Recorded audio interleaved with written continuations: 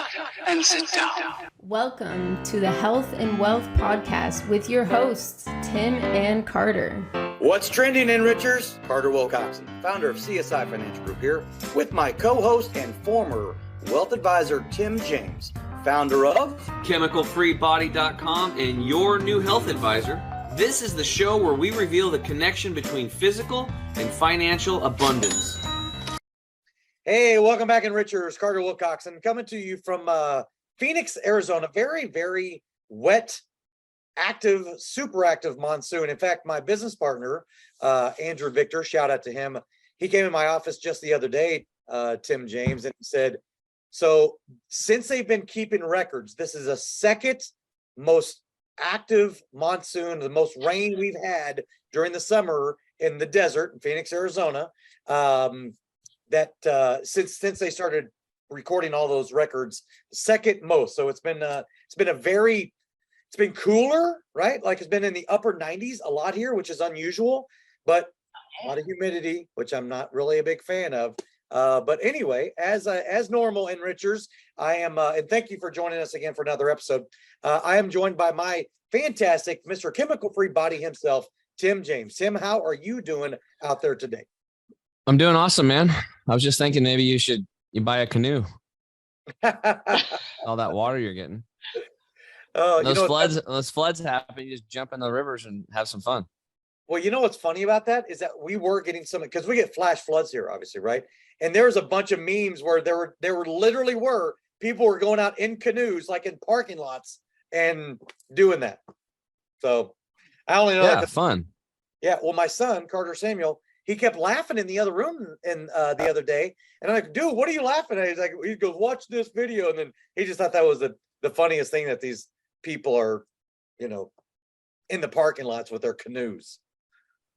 Yeah, that's where it's good.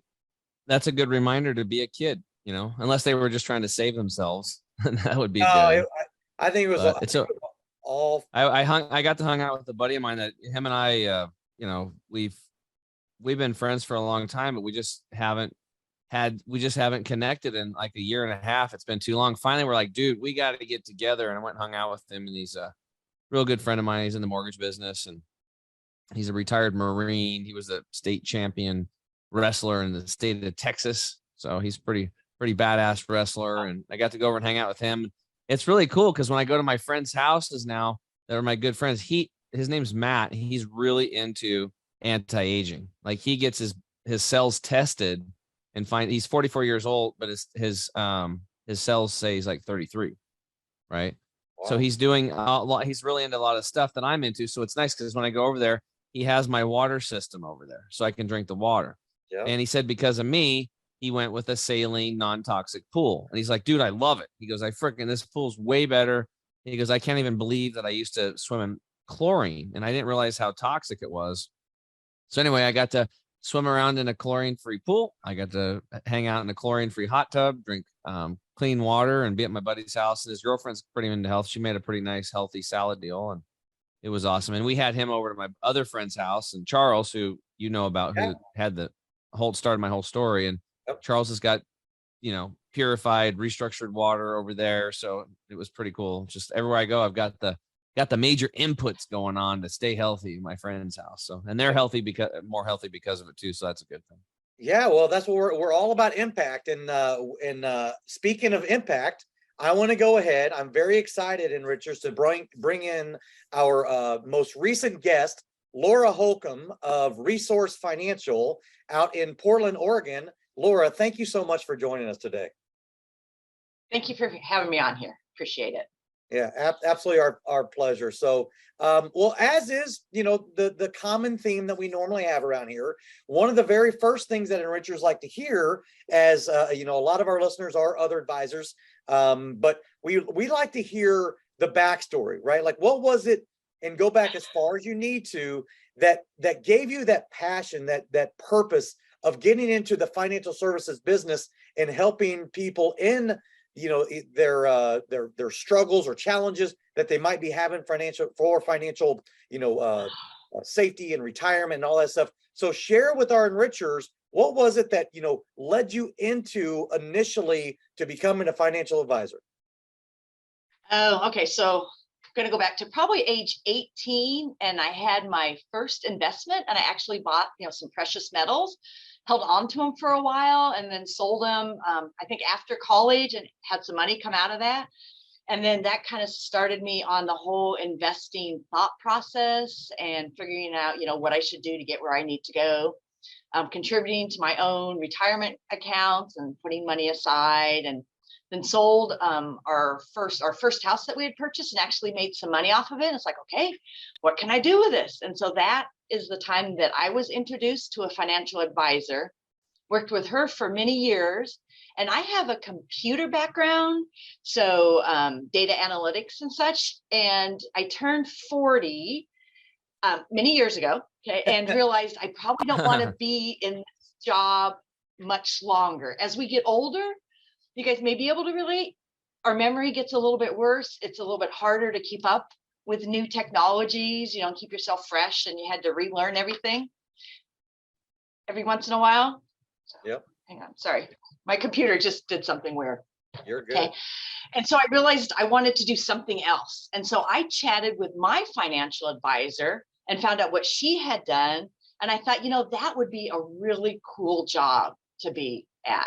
I get to help people figure out what they want to do. I've always loved talking finances, to people. And I knew I needed to learn a little bit more about it.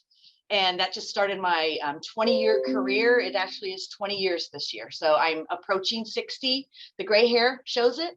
So lots of experience. I love this job. Absolutely love it. Wow. So you actually had a financial advisor and thought to yourself, yeah, I like money. I like to figure out what I'm going to do with the money. Someone's doing something with my money. Maybe I can learn how to help other people with their money. That's pretty much the gist of it, huh?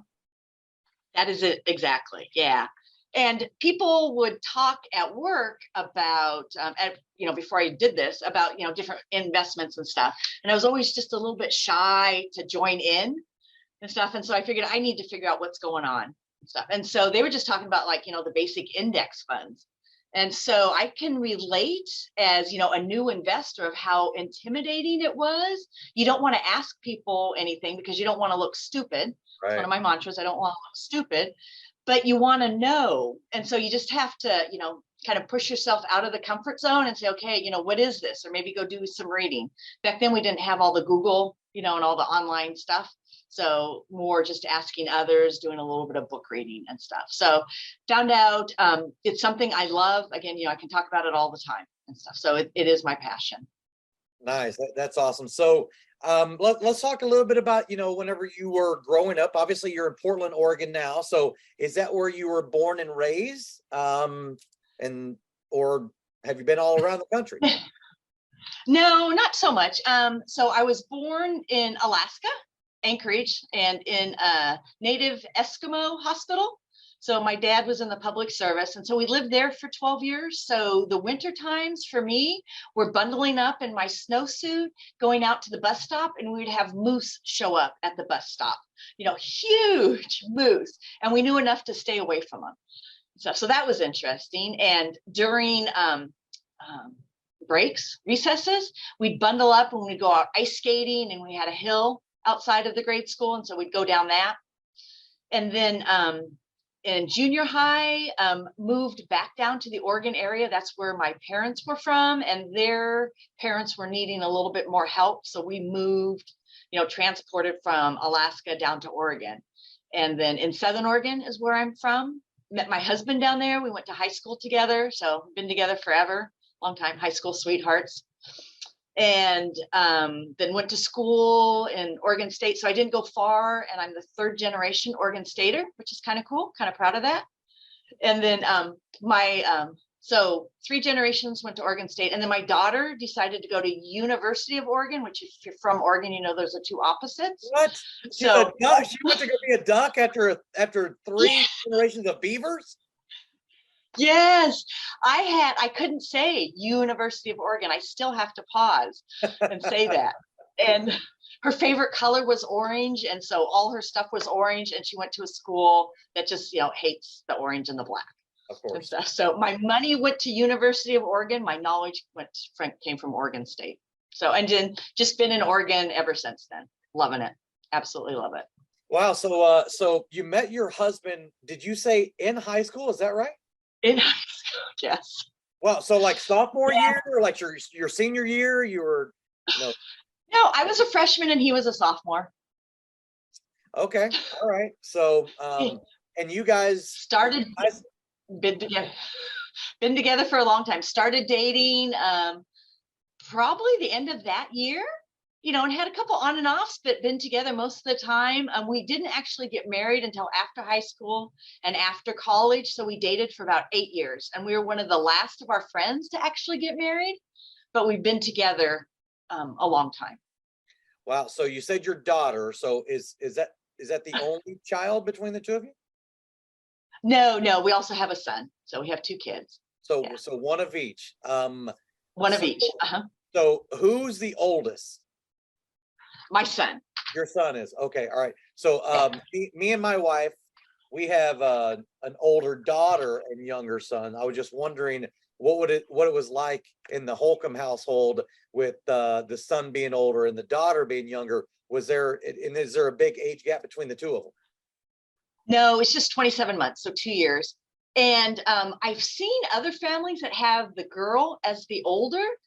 And I think, and I don't know if this is always the case, but I think generally the girl, I'm not going to say mothers the younger brother, but maybe makes them stay in line more. Yep. And kind of says, okay, you need to do this, you need to do that, because generally, and I don't want to stereotype because, each kid is different, but generally girls are more on the loving, caring, nurturing side, and guys are more on the rambunctious, go get them and, just get things done side. And so the girls seem to tamper that down a little bit if the girl is older. I have to tell you, it's, so my kids are 3 years and 3 months apart. And older daughter, and I don't know if this is unique to that scenario where you have the girl first and the boy second and everything, but literally she hung the moon as far as he's concerned, right? Like he loves his big sister, and she just, to this day, right? She just graduated high school this year. He just started school today, by the way, sophomore in high school, and she graduated 4 months ago. So she still lives at home, and she just absolutely terrorizes that kid. And she will take full advantage of him because she can do no wrong. And like he still gets like frustrated with her and everything, but like she hung the moon. She can terrorize him as much as possible, but he just loves her so much. So I don't know if that's unique to that scenario or not, but as a parent, I love that actually. Yeah, it just warms your heart. And I remember I'm the youngest in my family. I have a brother who's 3 years older and a sister who's 5. And I just wanted so much to hang out with those people when I was young. They didn't want me, but that's okay. I learned to get over it. Nice. So you ended up going into, so you had a computer brain apparently. So you go to Oregon State, and then from there though, it was other than, buying a hard asset, gold, silver, something like that, I'm assuming, right? Was there anything else that gave you any indication that maybe this was the path that you were going to end up on? I'm pretty nosy and I like to ask questions. And I know at one point within my family, there was, my dad was self-employed, had his own business, and he dealt a lot with lawyers and accountants, and kind of a lot of stuff was always going on, just being self-employed and make sure that, you do the right things for taxes and, you don't get sued and that stuff. And I thought that was really quite interesting to be enmeshed in all that. So sometimes it was a little bit, not for me, because I was young enough, I didn't really understand it all. But, being self-employed, there's those times when you don't know, is it going to work or isn't it going to work and stuff. And so I went through that with him and him dealing with, the people that he paid to, help him get through that. And I thought that's really cool for the other people to help him and get him through that. And he leaned on them. What they said, he listened to and he did. And I saw, it worked out for him really well. So I thought, if I can help someone else, and be their support person and get them where they need to go and kind of get involved in their life, I thought that would be kind of exciting.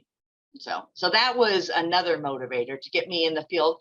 And at that point I was in college, and at one point I was going to be a chemistry major.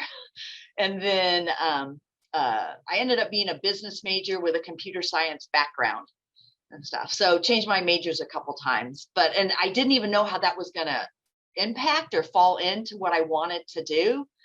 But I think it was a big initiator for me to get me on the right path, going to where I wanted to go. Yeah, so it's interesting. It's a common theme, Tim, right? Where we have advisors that they were in a totally different industry, and then they got into the financial advisory space. So what I like to find out, and as I see we're coming up on a break here, but what I'm wondering is, and because it's so common, I ask this question almost every time in this same scenario. What was the transition and support like from your high school sweetheart as you're like going to do something complete? You're like, you don't know where the next paycheck's coming from. You don't know what how it's going to end up. There's a lot of unknown, which is unusual, right? Because women, a lot of women tend to be a little bit more security based. That's a little bit out there, right? So I'm just curious, what was that support and that transition like, coming from your husband's point of view? Oh, wonderful. Totally wonderful stuff. So I am kind of on the I don't want to say dominant side, but when I want to do something, it's going to get done. I'm going to push through, and, it's not always the way I totally want it, but, things get done. And he has been supportive the whole way. And I think what has helped is whenever I want to do something different, I think about it, and I've been a planner my whole life. I think about it like a year ahead of time. When I was I was working in the computer field, and I had a friend who's 5 years older than me, and she had young kids, and I saw her with the young kids and having to arrange daycare, if the kid was sick or if the weather was bad or something, and just the hassles that she was having to go through to manage that. And I thought, when I have kids, which happen to be like 5 years later, I want to have a career that allows me, or a family life, family balance that allows me to do what I want to do and to make sure that the kids are taken care of. And so my husband, because we planned, my husband was able to leave his job and then stay home for a couple of years, and be with the kids and be there when we needed. And then when the kids got into the first parts of grade school, then he bought a business and, went off on that adventure. But, very supportive. And I think as long as you plan ahead, and we lived off like one person's income for quite a while, just to make sure we could do it. So loved it. Yeah. That's awesome. I always like to hear that. I mean, obviously, in the space that, that Tim's in, he owns his own business, entrepreneur, same here. And the same goes with almost without exception with the advisors we work with. So I always like to get sort of that perspective on what it's like from that, especially, I mean, you guys have been together for 40 plus years, it sounds like, right? And what that, if you go from one completely different thing to this other unknown, it's always nice to have that foxhole individual that's in there supporting you every step along the way. Yeah. And if I can just interject a little bit, I didn't go straight from like being a W-2 employee, getting an income, to just stopping that and going, to be a financial advisor. I can't do that myself. I can't just give up my income. I can't do that. And Right. So I worked, and then I worked on top of that, the weekends, the evenings, all that kind of good stuff to build up the practice. And I did that on and off for 6 years and I started in 2002. 2008, I'd been in the business long enough. I'd seen my revenue grow enough. And I thought, it doubles every year. So 2008 to 2009, I'm going to make this really good income. So I stopped doing that computer totally and just started doing the investment business. But we all know what happened in 2008. The beginning of the Great Recession. Yeah. What time.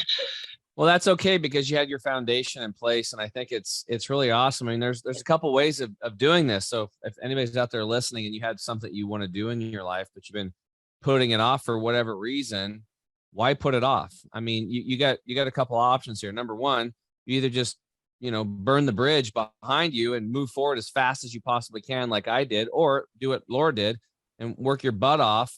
Do your regular job. And be grateful for it. Even if you don't like the current job, be very grateful for it, for the income it provides you and the security it provides you, knowing that it's gonna at one time you're gonna get to release it. So it really is a gift. And then work your butt off until you build your practice up or your, whatever business or entrepreneurial deal you got going on. And then say c'est la vie. And then the good thing was, even though the market crashed, you had enough experience under your belt, and now you're full time, so you have more time to just figure things out, talk to more people.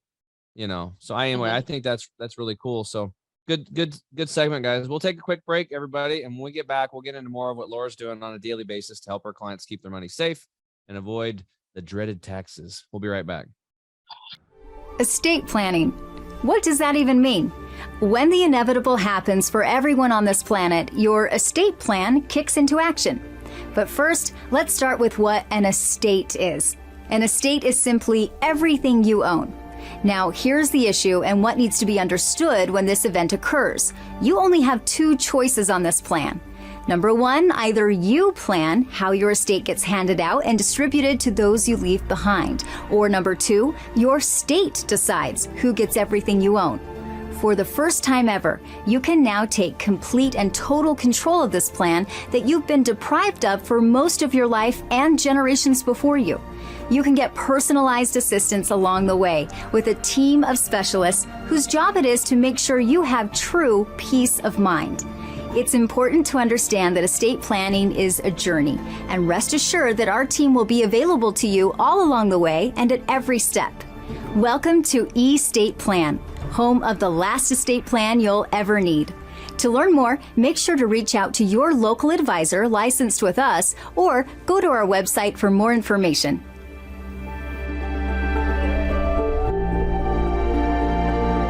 What's up, Enrichers? Tim James here. I'm back with my co-host Carter Wilcoxson, and in the house today we have Laura Holcombe. She's actually from the Portland, Oregon area, which, Laura, I don't know if I knew this. I live in Eastern Oregon now. We talked about that, but I was down in Portland for, since on and off since 91. I'd go down there every summer to play baseball while I was playing college ball here.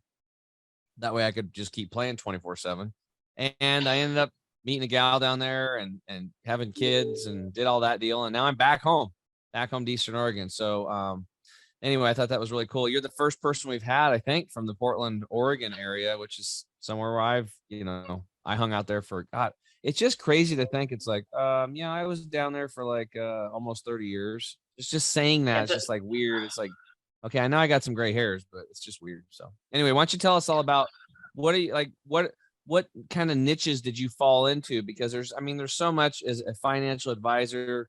I had my PNC license, I had my life insurance license. There's tons of annuities and all kinds of cool, insurance instruments. And, you can get your 66 license. You can be a licensed stockbroker. You can trade. And there's just different. What are you doing? And what's the niches that you found that work well for you and your clients? What's your product mix strategies? Well, let me back up and say, when we started, we used to teach classes through the local Portland Community College. So if anyone's familiar with the area, and we taught those, quite a bit up until COVID kind of shut everything down.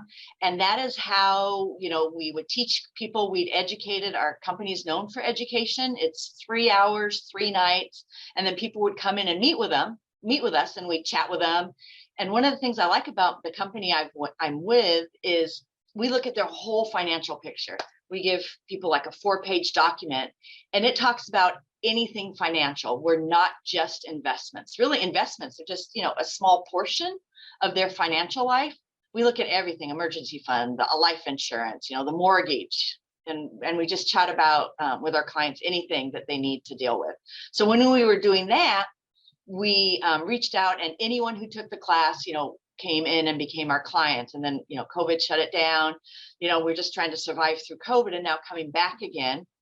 And so my passion is to help the younger people get going.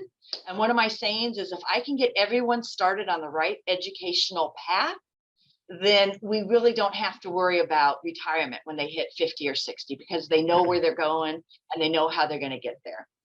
And also along those lines, getting people to align their spending with their values. And we chat a lot of times with people and they're just spending and they don't even track it and stuff. And so we have them, put their detailed budget together and we go through it. And I know someone who, they love their dog and they were spending more money on travel than they were on dog care, just making sure their dog was healthy and eating the right foods. And so looking at that, thinking, if I want to be a good dog parent, then I need to kind of align with my values. And same thing with investing. If you really want to get to retirement and where you're going, are you putting enough money away for retirement? And I know it's never a good time to invest, but you just got to do small chunks along the way. And I tell people, if you can save money for 20 years, committed, what you need to do, not awful, but just, working towards it, then I can probably get you towards retirement. Well, so that's actually really rare. That's really rare that you're doing this, because usually when people get in, it's like you go after the whales, you go after the big accounts, you're helping all the minnows, like hopefully become a whale, right? So what have you found that that's worked because you've helped them, and then their aunt or mom and dad hear about it and you pick up the clients that actually have the more money? Because, the way where we're paid, we're based on a percentage of usually of assets under management. So, yeah. Well, I do have to have, the clients who have the larger assets and stuff that will get me going and stuff. So that is kind of the bread and butter of how we pay the bills. But we've been in it long enough that we're dealing with their kids and their grandkids, which is great, because then I get to help the youngers. And my clients know that I like to help the young people. And so they allow me to, I don't know if it's allow, but they're happy that I help those other people. But yeah, we do need to have the people with, the large chunks of assets that we can help get where they need to go and stuff. And I've started talking with people, we do retirement plans. So they'll have, maybe $1 million or $2 million at the end of their life, just in case anything comes up. And I said, what if you don't need that money? And I like to have the conversation about fund money and charities, and maybe you don't have to wait till then to do charities and stuff, or, helping kids. Who is it that you really want to help out and stuff? So I've gotten to a point where I don't need to really get a lot of new clients, just, a few every once in a while is great. I don't really need to grow my business as much as I used to. So I can focus more on adding value and services to those areas that need it. Wow, that is really cool. So you kind of consider yourself, it sounds like, and I don't know if this was just a perfect fit for the firm, because there's others in your firm that you work with, correct? There's a, yes, if I remember, like there's a tripod, right? Yeah. So who started the organization, and then who was second? Was it, or is it you just were all hanging out at dinner one night and said, you know what, we should just start our own firm? No, so people started it, 40 years ago. There was a person, his name is Steve Woods, been in it. He started it like when he was in his 20s and just built the organization. And then he got a couple of other advisors. And then, those advisors got junior people, and then the junior people bought out, so that peeling off of the older layer happened in December of 2019. And so those people had, 35 years of experience at that point, and they all retired. 3 of the advisors retired, and then the younger generations started January of 2020. So if there was ever a good time to get out of the business, that would have been it. Wonderful. Yeah. And so all 3 of us started, kind of from scratch. We've been working together and preparing for them to leave for like 3 to 4 years. So, we're all ready to do it. And then they left in January, and we started going forward, and then COVID hit, and we had to just kind of deal with our own resources and how we're going to make this work. But it was 3 of us, and we are all, okay, just someone a little bit older than me and someone younger than me. So I don't want to give away age. You're the middle child. I am the middle child. Yes. So So your demographic that you're dealing with, and then the area, did you find that your reach became wider? You could cast a wider net where a lot of things became, like online and stuff like that. And then, because it sounds like you were working a lot, in the community, like you were doing educational events at a community center or something you said earlier. So talk a little bit about how for new client acquisition, how COVID helped you or hindered, or there was a challenge during that for new clients, or was it an advantage or an opportunity in your eyes? Yeah. And again, I'm going to back up a little bit because we've been in business so long that, clients retire and they move to Florida, they move to the East Coast, they move to California. So, Texas. And so we already had a nice base of clients that were outside of the Oregon area.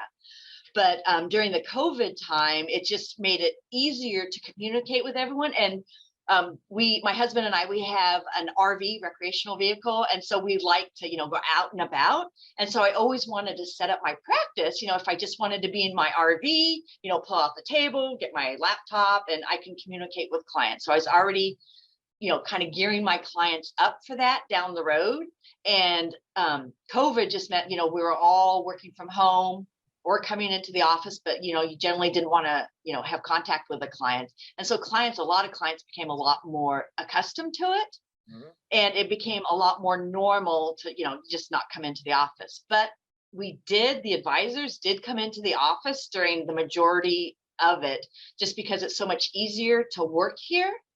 And then interestingly, we found some of our clients did not really want to meet with us until they could meet in person. Yeah. They wanted to have that one-on-one contact, which I thought was interesting. I thought everyone would be okay with the online presence, but it's not. So I think because of our industry, and there's so much trust, and you want to look in that person's eye, and I want to see, do they understand? Are the eyes glazing over, and I need to explain that again. And so clients like to meet with us, and I think there will always be that need for this industry. Yeah, you said it perfectly, Laura. I mean, that's the thing about as great as technology can be, right? Money and investing is emotional. Mm-hmm. And in fact, one of our board members who was very instrumental in a robo advisory organization that he helped to start and everything, he found out in in 2020, when everything was going haywire because of COVID, robo advising is okay until there's an issue. Now all of a sudden it's like the 800 number is going ring, ring, ring, ring. And it's like, that was when he recognized that you can do a lot of things with technology. You can make your life easier. You can make the communication, the onboarding, things like that can definitely be easier. But money and investing and legacy and stuff like that, that is so emotional. It's personal. Yeah, it is. So, and it will always be that way. And so, and I totally understand why people feel that way. I myself, if I'm going to, chat with a professional, I want to be there and I want to talk with them. Yeah. Yeah, no doubt. So, now, so you're a quote unquote senior advisor at the organization. So do you, are you guys looking to bring on new younger advisors and training them up and then expanding so that way, because obviously you're just right around the corner for you, right? You're not going to be doing this forever. I don't know how old some of the people in 2019 and 20, early 20 were when they retired, but you're probably getting closer to thinking about that, and then succession planning comes into play, right? Yeah. And amazingly, we had one advisor who left and he was 75 and still going strong. It's like, oh my goodness. So it was just a motivator for me. So right now I'm not quite 60, even though I kind of think of myself as 60. So I'm thinking another 10 years because I get to work with the clients I like. If a client and I don't gel well together, I don't have to work with them. It's nice that I'm at that part of my career and I don't have to feel bad about it. It's just some people, you may just not get along with. And that's fine. They'd be happy to be somewhere else. So let's see. And there was something else I was going to say. Well, okay. Sorry. I didn't finish the question, but it was just more about the succession planning idea, but you're in for, for another 10, 15 years, maybe. Yeah. And so we all currently, the three of us, have people, kind of junior people that we're working on, and seeing if they do want to go through. You have to get licensed, which is kind of a pain in the butt. You give away a part of your life to get licensed and make sure, that it's a fit going forward. But we like to hire from within. So we get someone to come in as our assistant, see how they work out, see if they want to move up the ranks. And if they do, that is perfect. And we get to teach them the way that we do it, instead of them coming from somewhere else with some habits that, we may not like. We always put the client first. That's the first and foremost thing for us. And so we want to make sure that other people who come in, have that same philosophy. Yeah. So I have, a lot of advisors, I've worked with and talked with on this podcast a lot. And by the way, enrichers, thank you again for joining us for another episode of our podcast today. We are on with Laura Holcombe of Resource Financial in Portland, Oregon. So Laura, a lot of the advisors, they talk about having like a right fit sort of agenda that they have. And that sounds like a lot with not only the culture you're trying to create, right? You're not trying to bring in somebody where you have to untrain them, right? You'd much rather have like that soft clay, as I call it, where you can really mold them into, an image that you want to, have. So that sounds like that's what your guys' makeup is as you continue growing the practice. Yeah. And as time goes on, we get more into like our strategic planning and what we want to do going forward. And just to make sure, not everyone wants to work with, like younger folks, people who don't, have the education or the skills that, some other folks maybe. They don't want to go through that education process. And I know I've been through some coaching programs and talking to other people, and they only, other advisors will take people who only have, a certain minimum. And so it's like, everyone needs help along the way. And so I just want to be able to have the people that work with me have the philosophy of, a couple things. If someone is important to our clients, they're important to us. And so we just want to make sure that we get everything taken care of. And I said, one of my, I have a couple kind of bullet points. And one of them is, if we can solve someone's financial issues, even if they aren't going to do business with us, but, they call us and they say, should I contribute to a Roth or traditional? I got your name from someone. That's my only question. If I can answer their question in 15 minutes, power to them. I'll answer it and let them go on their way. Hoping, maybe down the road, they'll remember me, and think good thoughts and say, oh yeah. Remember Laura? She helped me and stuff. So just get everyone pointed in the right direction. Well, Tim, I'm sitting here talking with Laura, and I'm thinking to myself, it's got to be real easy for her to find, some like-minded clients that are a right fit for one another. Cause I mean, you're just so like, you just have this presence about you, Laura, that it would be real easy to want to work with you. Do you get that sense at all, Tim? Yeah, I have a feeling she's going to get stuff done. Yes. And one thing is, I try and put myself in my client's position. I love finance. I could talk about it all the time, and when people are sitting in our waiting room, it took me a while to realize they can be sweating bullets. Their heart's beating out of their chest. It's like they maybe haven't done the right things that they thought. And so one of my goals is to bring them into the office, make them smile, give them some hope. Sometimes I don't show them the retirement plan because it's not as pretty as it could be. And I said, these are the three things. Do these things. We'll chat in a year and we'll see how things are going. So I like to make people feel comfortable. Everyone that I've ever chatted with, as long as they have the desire, can get to their goals. And I'm there to support them along the way. That's awesome. That's pretty awesome. Hey, I bet if back when I was going to school and you were going to school, they would have probably put us on Ritalin. That's what happens when you have a kid that's excited and it's just anybody in general. I literally have people right now. I'm just getting back off a trip. So I'm about 50% right now, but give me a couple more days and I'll be back 100%. Literally people think I'm on cocaine, right? Because I have so much energy and I'm so excited about what I do. And it's exuding from you. So I think that's a super win-win for you and for all your clients. So keep doing what you're doing. It's a good thing you're handing out some really good permission slips for other people, no matter what they want to do life by the example that you're setting. So that's cool. So right now we're going to take another break. And when we get back, we're going to let Laura ask me any questions she wants on health. We'll be right back.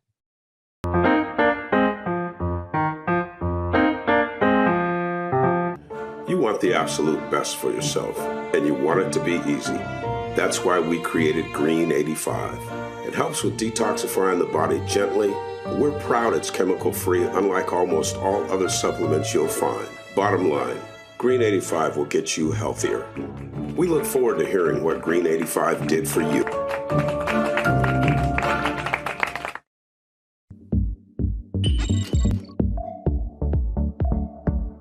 To get this product and our other amazing products, go to chemicalfreebody.com. That's chemicalfreebody.com.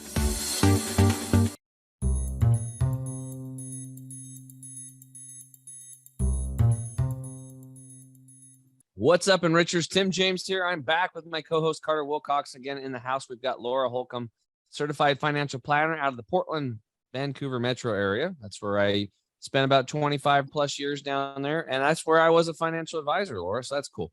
So now this is the point in our podcast where we flip the script. We were talking about wealth. And now we're going to talk about being wealthy in health. So what questions do you have for me? Okay, so I have 3, so hopefully time for all of them. So in the past, I've given, I like to show appreciation to clients. And so in the summertime, I make like strawberry rhubarb pies and, hand them out to my clients, and I go visit them and see them in their house and stuff. And we chat and stuff. And then I've recently, as people become more health conscious, they say, no, thanks. I can't do the pie. It's not good for me. What can be something that I could make that could be healthy that I could give to my clients that shows that I care? Well, you could make, I have a recipe of this raw chocolate lemon fudge. That's really good. And it's very easy to make. It's got like 4 or 5 ingredients, and you could run a half a marathon on this stuff. It's very packed full of energy. So go ahead. If someone's looking to, cut down on their calories, is it good? Is it okay? Or I have some diabetics. Well, I mean, there's also definitely calories in it because it's based on either like an almond butter, like a sprouted almond butter, right? So there are going to be calories there. Do you want to just give them like some type of a light treat that's good? You want to give them some type of food deal? Yeah, something fun that they can share, with their friends. Something fun, but you want to actually prepare it yourself. Yeah, I think that means more than if I just go purchase it somewhere. I agree. Well, I would say, I mean, a lot of our clients give this out. It's our greens because it's like because most people are not getting enough nutrients in their body, and it's a convenient way for them to do it. I actually have some people doing that as far as that's part of their insurance program of what they do for their employees. They pay 50% of the bill on the supplements from our company. And then that's because the health insurance, sometimes the smaller businesses can't afford it, as you know. So they're trying. And then when you do, the guys and gals that get it, they're like, well, the medical system's kind of broken. So they're not really getting the care that they probably should anyway. So why would I pay into something that I can't afford that's not really going to do much for them? Except, if they get in a car accident, then it's going to help out for sure. Yeah. So yeah, there's just, I'm trying to think, do you like making salads? I mean, it's a little more perishable. Yeah. I mean, that can work because I usually make something the night before and then, deliver it the next day. So that would be something I'd have to make in the morning. What about fruit? I mean, fruit's kind of a special thing. We use it for occasions. You could make some type of like a berry mix and maybe throw some mint leaves in it, something like that. Oh yeah, that could be good. I was kind of thinking maybe hummus or salsa with some chips. Oh yeah, you could totally do that. Do you want to make your own hummus or you just want to? Yeah, I make my own. Okay. Do you know how to make hummus? I get the recipe from my phone. Okay. Yeah, it's not hard. Unless you're a super expert, I would probably you can try making sprouted hummus if you can figure it out. In fact, if you want to taste the best hummus in the freaking world, it's called Majestic Garlic. It's a company out of California. You'll probably have to have a case shipped up to you on ice just once. It's worth it. They actually make sprouted hummus. So they take the garbanzo beans and sprout them, and somehow magically, that's why maybe they call it magic garlic, and just get the plain hummus. Don't do the other flavors. Just try the plain one. It's unbelievable. They actually sprout the hummus. So it becomes on average 100 to 800 times more nutritious. It's 8 times more digestible. and they're really smart. They don't put tahini with it. Now, almost all hummuses have Oh. tahini, and when you're mixing the sesame seed, which is what they make tahini out of, with the legume, it's actually improper food combining. It causes gastrointestinal. It causes fermentation, basically. So they make theirs without tahini in it. So it's unbelievable. I don't know how they do it. I like literally want to go down there and like learn how to do it just so I can make it myself. Because it's that good. It like, and every single person that I shared that with, because when I was in Portland, I used to order cases of it and then I hand them out to people. And I do these classes twice a week where people come over and I'm like, hey, try this. And they're like, oh my God, this is the best hummus I've ever had in my life. It's legit on all levels, not just taste, but for digestive health, for absorption of nutrients and digestion and absorption. It's a wonderful, wonderful deal. So Majestic garlic. Okay. So yeah, you can take garlic, but what you can do if you wanted to really pep it up is you could buy like red lentils, green lentils, or French lentils. Also mung beans. Okay. Maybe even fenugreek if you wanted to really powerhouse it. And you could mix those all together or just do one of them or two of them or any combination of those. And you could sprout those. Those will be ready in 2.5 days. After you get done making your hummus, you could put it in there and mix it in. And then you would have a hummus with sprouts in it. And just tell them they need to eat it pretty quick within a few days and keep it in the fridge. And that you've got like this, like super healthy deal that nobody's going to eat hummus like that. That'd be like super healthy hummus. And they can take that hummus, and if they wanted to, they could just, obviously eat it with chips and dip and that kind of stuff. Or they could put cumin or coriander in it if they want to give it more of a Mexican flair. Maybe a little bit of chili powder on that deal. Just be careful because some people don't like, hot stuff, but just a little bit. It's just a dash for flavor. And then you could put it in like a cabbage leaf or a living butter lettuce or some type of butter lettuce or red cabbage or a romaine lettuce leaf. And that you can make a taco without, wheat, which is like super bad for the human body.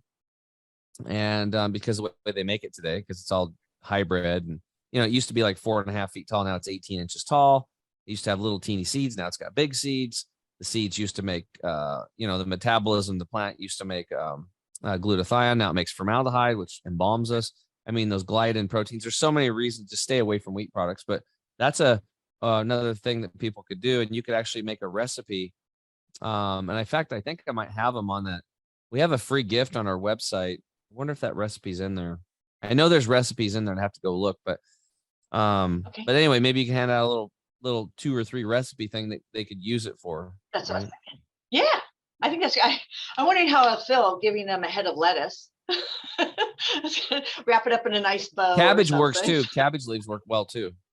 Okay. And actually, that's a chip alternative. When I'm coaching people, because a lot of people are eating chips, Siete brand chips are good because they're made out of cassava root. They're not made out of, and they don't have like canola oil in it, which should only be used for machinery oil. It doesn't have expeller pressed oils in it. Expeller pressed means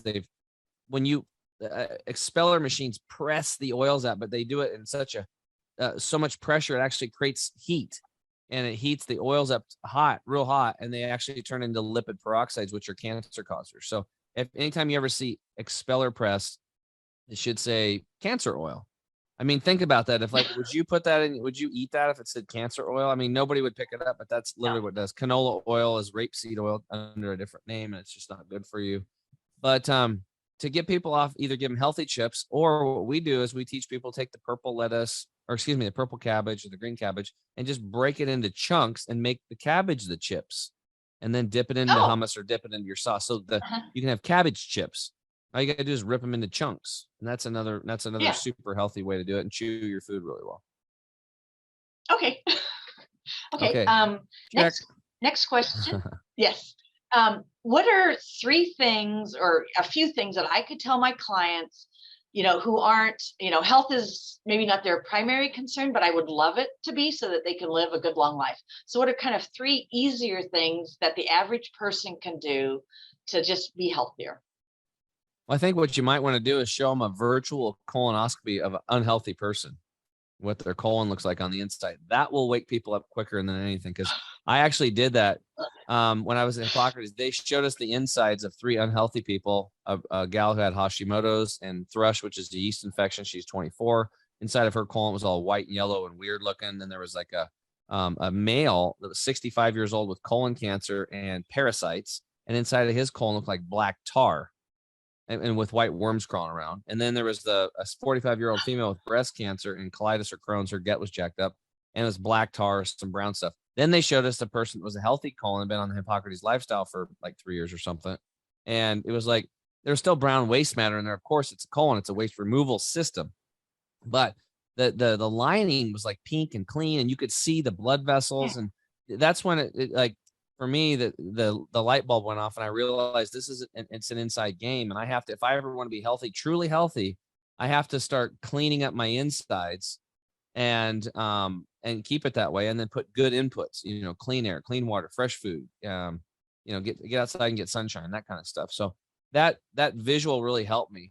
But usually when people get started, I mean, most people, 95% of people are not drinking enough water. And what water they are drinking is toxic. I mean, if you're drinking out of a plastic bottle, you're putting estrogen mimickers into your body that lead towards breast cancer, prostate cancer, ovarian cysts, uterine cysts, man boobs. As soon as I heard that, I'm like, I'm out.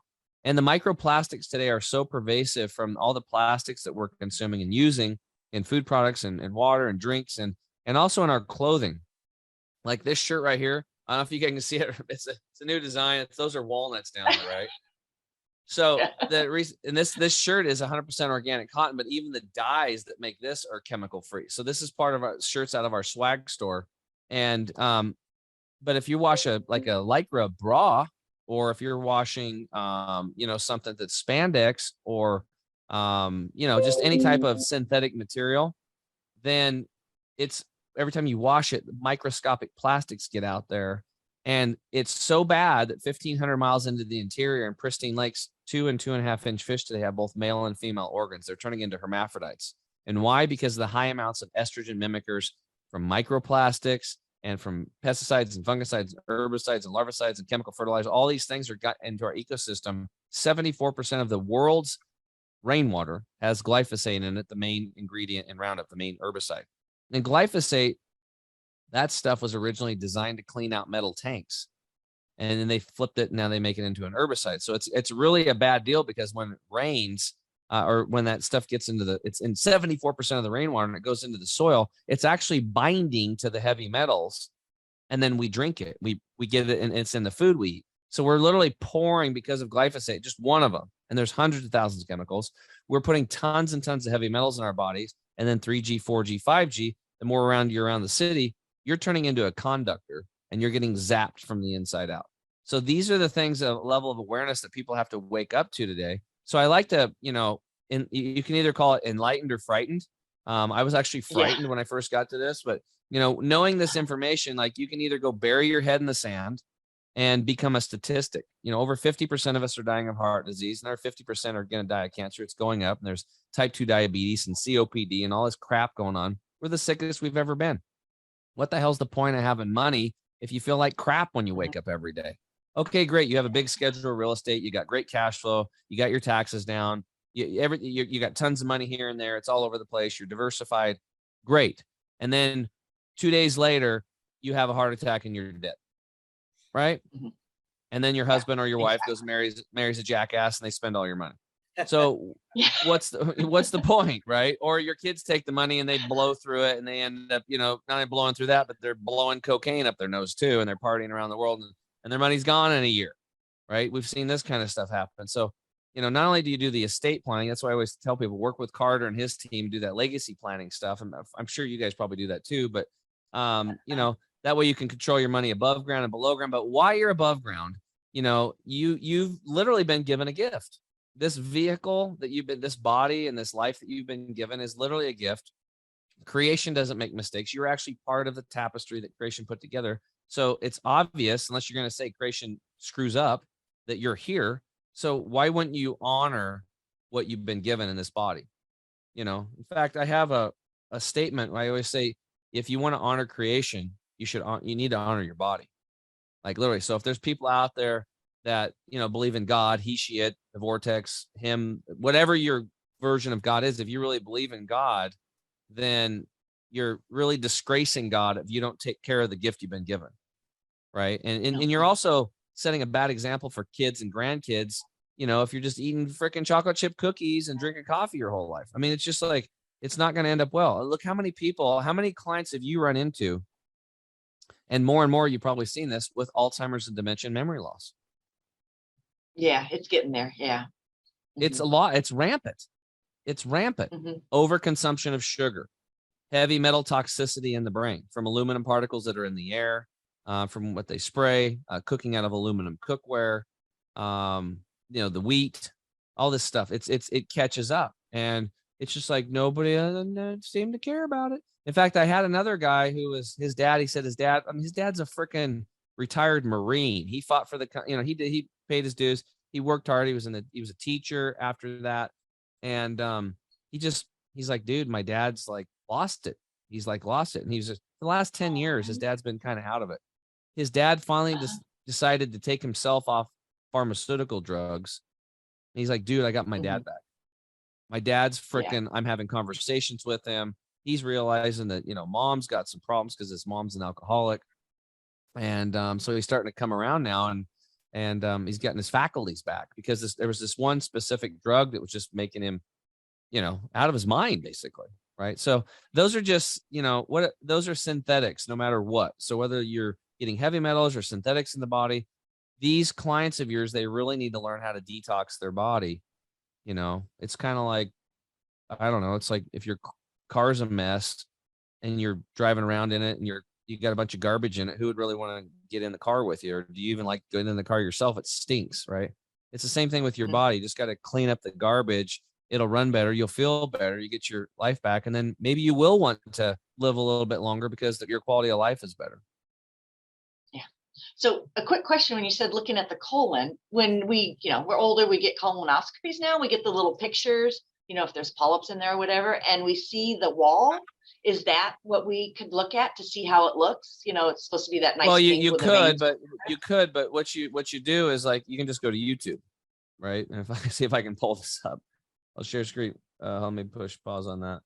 And then let me see if I can find it. So it's just colon, but you don't see what they do though, is they have you take a bunch of stuff and not eat. So it's kind of cleaned out. You want to see what's actually in there. You want to go in and see colon, camera, see if that'll pull it up. Oh yeah.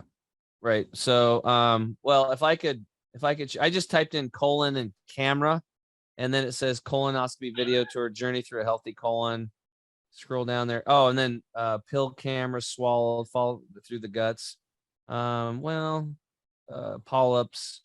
It's not really the one. There's this one, colon cleansing. Anyway, I gotta figure out what it is, but you can actually get in there. Maybe I'll just put in unhealthy colon. Let's see if that finds it. Let me scroll down there. Yeah, it's like, there's one, a healthy colon versus an unhealthy colon. It's just like the body gives signs. The body's giving people signs all the time. Like if you're overweight, your body's telling you, hey, you need to change your environment. If you have low energy, hey, you need to change. Your mental fog, you need to change. You have skin issues like I used to have, you need to change. You can't move your body very well. You got pain. Your body's telling you, hey, dude or dudette, you need to change what you're doing. Another thing you can do is you can actually check your fingernails. So if your fingernails, they should be smooth, right?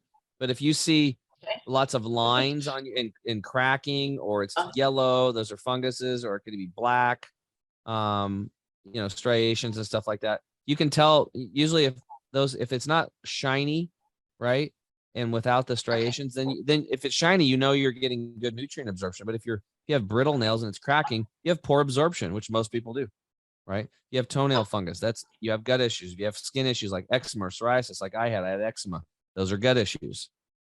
It's an inside job. So we just have to go inside, clean up the mess, and then flood our body with nature and learn how to deal with stress. Okay. So third question, Okay. If someone is taking vitamins, how do they know if they're getting, the right vitamins and the vitamins are doing what they're supposed to be doing? 95 to 98% chance you're not. That's just where you're at today with the vitamin industry. So, I'll give you an example. So if somebody's looking for a vitamin, what are you taking it for? Well, typically you're trying to supplement nutrition because you know that it's not in the soil anymore and it's not in the food you're eating. So you're replacing what's missing. That's kind of the whole goal, right? So if that's the case, let's say multivitamins, for an example, an easy way to tell whether you're actually consuming a synthetic made in a laboratory or something that's naturally occurring in nature is just go to your multivitamin, look under vitamin C. It's a telltale sign. If behind vitamin C in parentheses, it says ascorbic acid, you are consuming a synthetic chemical. And it's not the same thing. In fact, there's a book out there called Supplements Exposed, and there's a picture of Kirlian photography of a synthetic ascorbic acid and a naturally occurring vitamin C from like an Arcelia cherry or something, camu berry, alma berry, one of the three. And you can show it to a 6-year-old child and go, which one do you like better? Every single time that 6-year-old go, boop, and he'll pick the healthy one because it's more beautiful in colors. And so what ends up happening is if you're putting that ascorbic acid into your body, it's kind of like going to a symphony orchestra and instead of the symphony playing, there's a kid there who's never picked up a guitar before, and he's got a big loud amp and he's got it cranked up and he's playing music. He's grinding on this guitar, but he's never played notes before. And he's making a ton of noise. That's a synthetic going into your body. Your body actually has to attack it, and it actually lowers your immune system. Now, with that said, I know some people are saying, well, in ascorbic acid, yes, it can help in certain circumstances, like if you had scurvy or vitamin C deficiencies, or if you had maybe you had a virus load and that's all you could get on. Yeah, it'll still kind of work. But what's much better is the naturally occurring one that comes with all the bioflavonoids and cofactors with it. So now it's like a symphony orchestra. You've got the woodwinds, the drums and the brass, and they're all playing in tandem. So the body knows what it is because it comes in and it's carbon based, and your body's carbon based. The synthetic form is acid based, and acid and carbon just don't work well. So to read that correctly, if it says vitamin C, parentheses, it should say from the alma berry or from the Arcelia cherry or from the camu berry. Now you know you have a full, a naturally occurring source of vitamin. But it's very difficult today because now what's happening is companies know kind of the buzzwords people are looking for. So maybe they'll put reishi in there, which is a mushroom, or shiitake. Maybe they put amylase, which is an enzyme in there. And you're like, oh, that's good. It's got enzyme. Oh, it's got probiotics, lactobacillus acidophilus. But then you might see vitamin C, ascorbic acid, right? So now you got this blend of naturally occurring and synthetic. So for me, I don't do that. The other thing is sometimes they have a really good formula, but then there's these things called other ingredients. Yeah. Other ingredients are still ingredients. Now, typically, and I've already helped over a dozen other companies get their supplements right because these people I've met, I like them. I said, hey, look, you have pretty good products, but you have, it's like having a really good brownie recipe, but you have cat poop in it a little bit. Not much, but there's a little cat poop in the brownie recipe. Do you want to eat those brownies? I don't. Right. I'm going to put that stuff in my mouth. I want the real thing. I want real brownies. So I don't want cat poop in my brownies. So other ingredients, most of them like magnesium stearate. Magnesium stearate actually blocks absorption of nutrients in the body. So why would you put something in there like that and put it into a pill that you're trying to absorb into the body? Right. Well, they do it because these are called, they're called excipients is the big umbrella term, binders, fillers, and flow agents. And typically it's the latter of the three. It's the flow agent. So it goes to an encapsulation company and their speed of production, because that's how they make their money. Naturally occurring raw materials will get stuck in their encapsulation machines and gum them up. So they have to put flow agents to get it to flow through. One of those is magnesium stearate, right? So there are some good magnesium stearates, but have to be from a vegetable source that's not GMO corn, that's not GMO soy. Otherwise, you're putting GMOs in your body, right? But a lot of them are coming from diseased cowhides. Think about that. I mean, then it's going in your body. Another thing is silicon dioxide. Silicon dioxide, check your labels. If you see silicon dioxide, that is a level 3 toxin on the EPA's toxin list, yet it's in most supplements. So you got magnesium stearate, silicon dioxide, dicalcium phosphate. Those are the top 3 things to look out for. So it's not just the ingredients, but it's the other ingredients. So, but here's the problem. even if you read all the ingredients, it's all naturally occurring, and you look in the other ingredients, it's good. If you're buying it from a big box store place, like a great big grocery store, most likely it's a big company. All you have to do is type in on your line, who purchased, and then put in the name brand. And you'll see if some big ass corporation bought them out for hundreds of millions of dollars, they're doing things now. They don't even have to change the labels on some of these things. They don't have to tell you what's in there. So what they do is, because yeast is a naturally occurring substance, they're force feeding the yeast synthetics, and then somehow it's not a synthetic anymore. So they don't have to even put it on the label, right? So that to me is pretty diabolical. It's not cool. So that's why I created my own supplement line. And then I know there's other ones out there for certain specific things, but we're always adding new products. We're a little, mom and pop company basically, or I'm just a paw over here, I guess, but we have, it's a family owned company, and we'll continue to grow because we're doing things right. But, that's where I try to teach people is like, you have to put that's where your vote really counts. You're voting with your dollars every day where you put your money, whether you just blow it on lottery tickets or you take a piece of it and you invest it in your future, because your future is going to come, hopefully. And hopefully you have a nice quality of life to it. But you also get to invest in your health. And when if you buy soap that's toxic, that's manufactured, that hurts the planet, or you buy soap from company B that's good for you, that's edible, actually, it's so healthy that you can eat it. That's my rule of thumb for anything I put on my skin. If I can't eat it, I won't put it on my skin. Guess what? I'm supporting a company that's supporting me and my planet that I live on, that you live on, and that Carter lives on. So I'm voting with my dollars. And by having the awareness that chemicals and toxins aren't good and nature is really good, because we are nature. We're not like living in nature. We are an extension of nature, because our body's made of water and bacteria. And where do you find that stuff? In nature. So to think that you're not from nature is crazy, but we've been so detached from it because we live in these, box houses and concrete jungle and all this stuff. And this is why people are having all these health issues. We got to get the man-made chemicals out of us. We got to get nature back in us, and we got to learn how to chill out and hang out with our friends and get out in nature. Exactly. Okay. That's so anyway, the 3 questions I had. Great questions. I was glad. I don't know if I've ever had a chance to explain supplements before, so that's really cool. Okay. Awesome. Well, thank you, Laura. Thank you so much for being here and coming on the show. I was glad I was having an opportunity to answer those questions. Hopefully you'll find something there and implement it, and you'll get benefits from it, and you'll improve your health. Yeah. Oh, yeah. Always improving. Well, you know what Awesome. I loved, before we got into this episode, pre-show basically, Laura has absolutely made a priority, right? Her health a priority, right? And that was the thing that that she gleaned from one of our podcasts previously.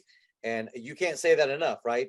If as soon as you make your health a priority, it's amazing how you are reading the labels, how you are thinking about what you're putting in your body or on your body, or how you're living your life in more in a balanced way, right? And obviously, well, it's anything, man. It's like some people wake up after 10 years of raising kids, and all of a sudden they realize they got to make their children a priority, right? Or they got to make they're like, okay, I'm 45, I haven't saved anything. I got to make my I got to start saving money. I have to make finances a priority. I can't just dog it on this anymore and just think it's going to work out, because obviously I'm spending more than I make. I got credit card debt. I got to get serious about this. So anything that you want in life, you want to play guitar, play violin, you want to be healthy, you want to have healthy finances, just make it a priority. And because you're part of that priority. So I'm really glad. That's a really powerful statement. It's worked well for me, and it's working well for everybody else listening here, hopefully. Yeah. Awesome. Absolutely. So, hey, Enrichers, thank you so much for joining us for another episode of the Health and Wealth Podcast. And to be able to see all of our previous phenomenal guests, like Laura Holcombe, go to our website and check it out at www.thehealthandwealthpodcastshow.com, and make sure to like, share, and subscribe wherever you get your podcasts, Apple, Spotify, or Google. So Laura, thank you so much for coming on the show today. It was a joy and a pleasure being able to hear your backstory and share about how you're helping all of your clients, and you are raising up some of the younger generation out there. Thank you so much for joining us today. Oh, thank you for giving me the opportunity. I really appreciate it. So. Absolutely. Our pleasure. So, Enrichers, until next time, we will see you on the Health and Wealth Podcast. Thank you, everybody. We appreciate it. Hey, Enrichers. Thanks for tuning in to another episode of the Health and Wealth Podcast. I'm your host, Carter Wilcoxson. And I'm your host, Tim James. And by God, we are committed to helping you guys have fat wallets, flat bellies. So tune in again for another episode and make sure to like, share, and drink a lot of water. Or beer.